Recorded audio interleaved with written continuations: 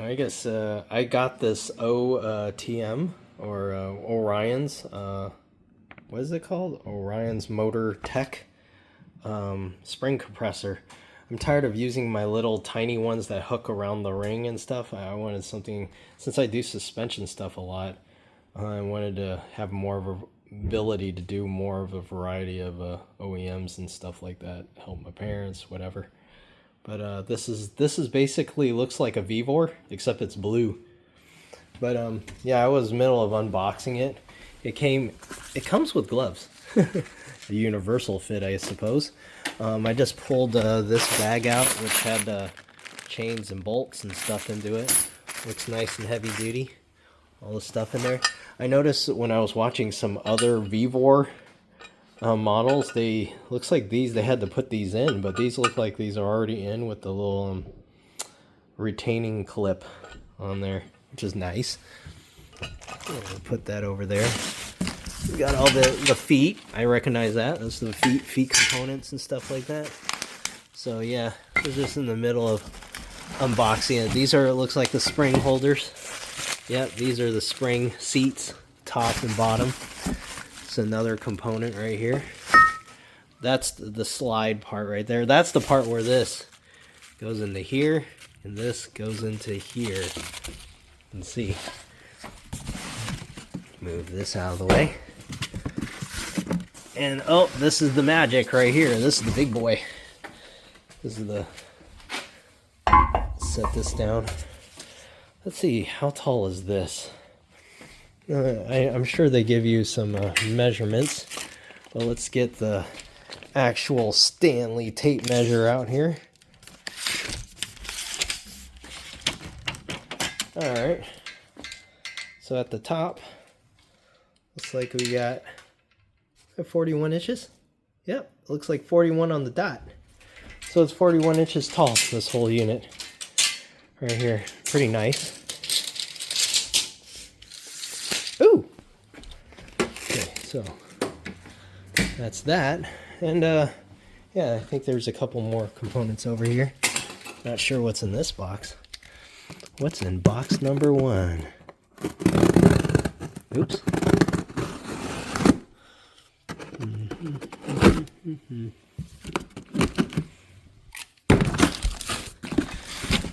Oh yeah, this is the jack. This is that bottle jack. That's what's in here. Well, this thing probably weighs about 15 pounds. You see, yeah, maybe a little under 20. And then you got the little jack handles here. Ooh, you got the little rolling little nut right here, just perfect to get lost. I'm assuming that thing locks into the, yeah, locks into right here. Let's see if I can get it in the light here that you can actually see it. Yeah, there's a hole right here. Can you see that? Can I see it? See that hole? Yeah, that's probably where that random little nut goes that I just found floating in the box. Let's see. Yeah. Oh yeah, that screws on there. Yep, that screws on there. You know, I'd probably put some, well, I don't want to put Loctite on it. Maybe I want to disassemble this and put it away. But for the time being, you know, I want to put it together and give this thing a test. Well, let me magically do the magic thing and put this thing together. There's plenty of videos on it. I think it's the same as the Vivor.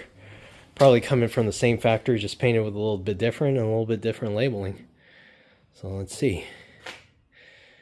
I don't know if I can do that. Voila. Probably not even the right spot. But yeah, this was just put together pretty easily. You got all these bolts right here. You just put them on there loosely because you need to hand take them off anyways to move this assembly up and down where you want to begin your height at when you squeeze it and step on it. This thing, I put green Loctite so because I want to maybe remove this pedal out of the way and then to move it, and this thing can fold up out of the way as well. So it doesn't need to be here. Those I use blue Loctite. I use blue Loctite for these two bolts here. There's one here and one here that you know, bolts together from the bottom. I use blue on that, blue on these from the other side. all these are pretty much hand tight. I think when I do a spring compression, what I found out is they give you two different size bolts. So this one right here is a, what is that? Let's see, for reference for me to remember, 14 millimeters. This is 14 millimeters here. So I would tighten that down. And this one's a bigger bolt. This one uses a 17. So 17 on this side. So I'd hold this with the 17 on this side. And then, you know, grab this and then tighten that on that side to tighten this down.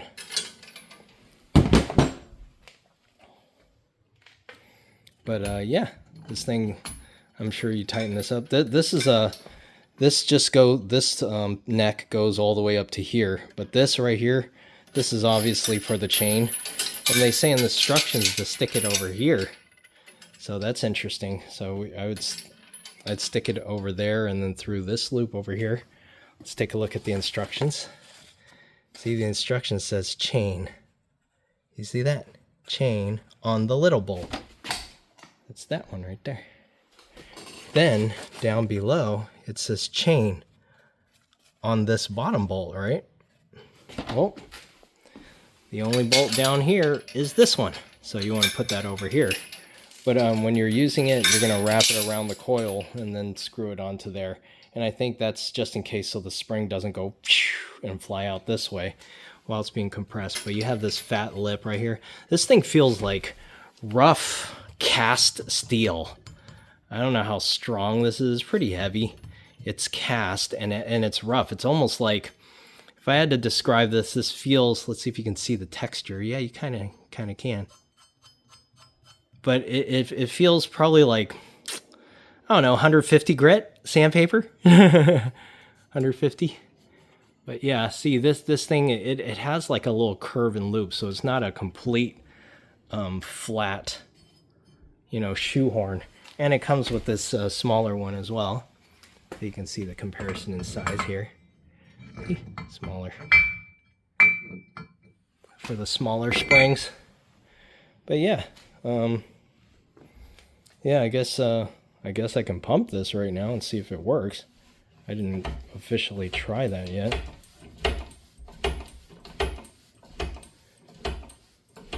Oh, yeah, it's raising. Can you see it? Let's see if I can cover that hole. It might take a couple pumps. It's pretty easy. See? Real time. You can see it going up, right?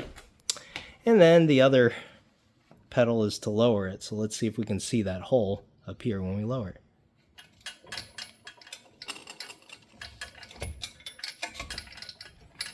Hello? Or do we have to push down a little? Oh yeah. See, you have to, I guess you have to press it down a little bit. Kind of coax it. Doesn't just go down that easy. So, yeah, so I guess when you press this down, you press it down, you gotta press this down a little bit to helps. But I think, now I think about it, the compression from the springs, so much pressure on there, that will lower it down without my help. Now I realize. So I can pump this. Real time again. See how long it takes me to, I guess it depends how fast you pump. Yep, see that hole disappearing? That hole's gone. Now when you press the release, see it doesn't go down, but if there was a spring in here, there'd be a lot of pressure and then it would push it down, just like my hand's doing it right now.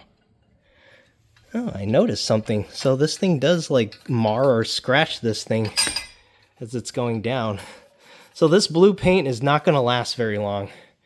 Nor is that Vevor red paint, I'm sure. There's no way around that. Maybe if you can put some sort of like plastic lining inside around there. Grease the heck out of it. But yeah, it's really smooth though, honestly. There's a nut here that when you line this this hammer into here, you tighten that in there. I just did it lightly hand tight. I think that's a 12 millimeter. Seems to be a common size for some of those things. But yeah.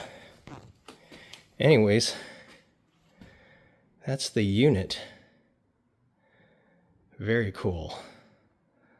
Let me see if I can go get a... let me see, get my stock Tesla springs, because those things were so hard to get back in. Admittedly, I had to take one to the shop because my little stupid claw compressor things couldn't squeeze it far enough, and it was really hard. The mechanic charged me $150, which is more than this thing right here to put that thing in. So yeah, no more. Let me go get that spring real quick. All right, I got my Tesla OEM spring in here. So of course you take these bolts off and you lower it and you get it seated into this spot, and you kind of have to turn and rotate this so it kind of levels, so you can pop them through the hole. Or you'll think after you stick it in here and you're like, wait a minute, it keeps going here. You just need to rotate this thing around till it lines to the hole you want. And I just finger tight this. I put the chain around here. So, this is that thing. I just put the chain, looped it around the spring here, and looped it back and just kind of tightened it there.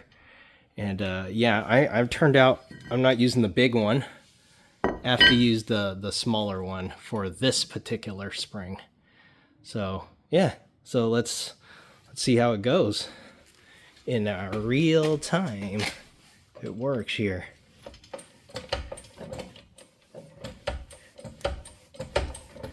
Oh, it's compressing.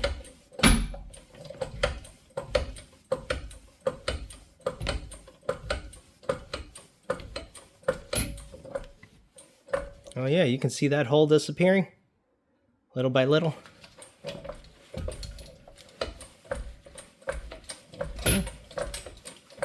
Yeah, it is compressing. No sweat. See, it compresses now. It's compressing.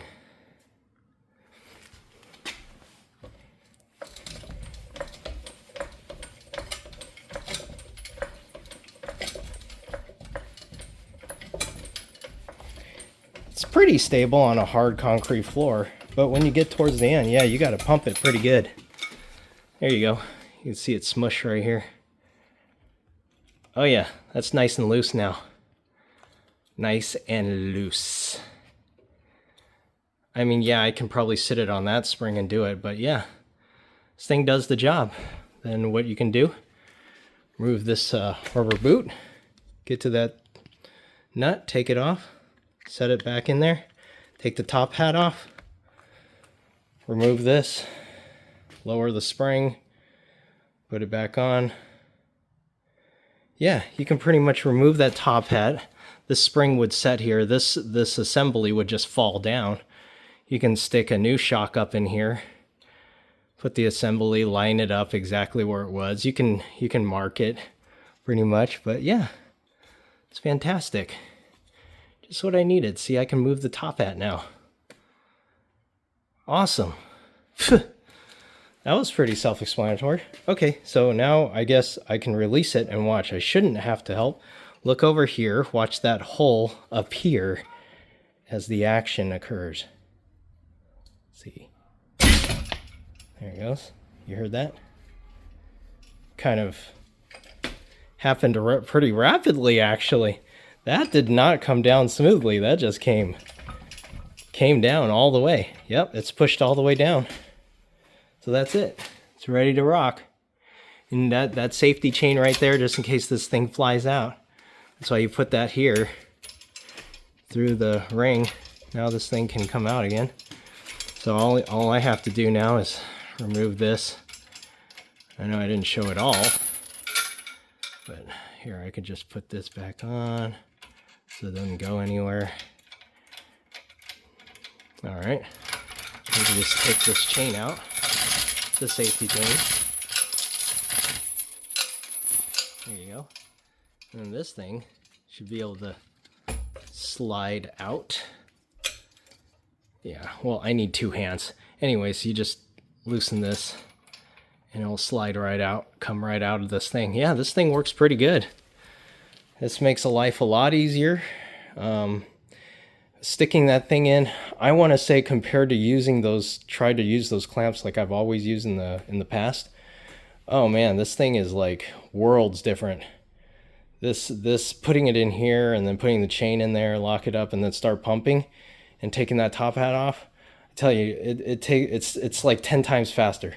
I mean, for you guys that know about hooking those things on there and then screwing little by little by little till it's done and you can move the top hat, then you can do that. But you stick this thing on here, it's a matter of a minute, and then once you start pumping, you're done. You could just take the top hat off, remove the strut, put a new strut in place, do that. Or if you're putting aftermarket springs, you know, take the strut off, take that down, drop this down, remove the spring, put the aftermarket spring in there, squeeze it in, and then put the factory strut, if you're using a factory strut or an aftermarket strut, whatever. Reuse the top hat, change it to a billet one, whatever you want to do. Yeah, this makes it a lot easier. Yeah, I don't know any comparison between the and it's funny coincidence, you can see right here, I actually have the Vevor tool seat by coincidence, but I ended up with the Orion, version. So this is the Orion, so you can read it. Model YH-13, compression, color blue, clamp, warning, do not exceed 10,000 Newton meters. That's an awful lot. Yeah, this is good. I think I noticed the Vevor may have had a metal, or not metal, rubber footing thing. This one's just a kind of diamond plate design-ish, and it's just metal. So is the release pedal, and it goes out of the way. But other than that, yeah, it works great. Hopefully lasts a long time, like a Honda or Toyota. Anyways, hope that was insightful to anyone. Thanks for watching.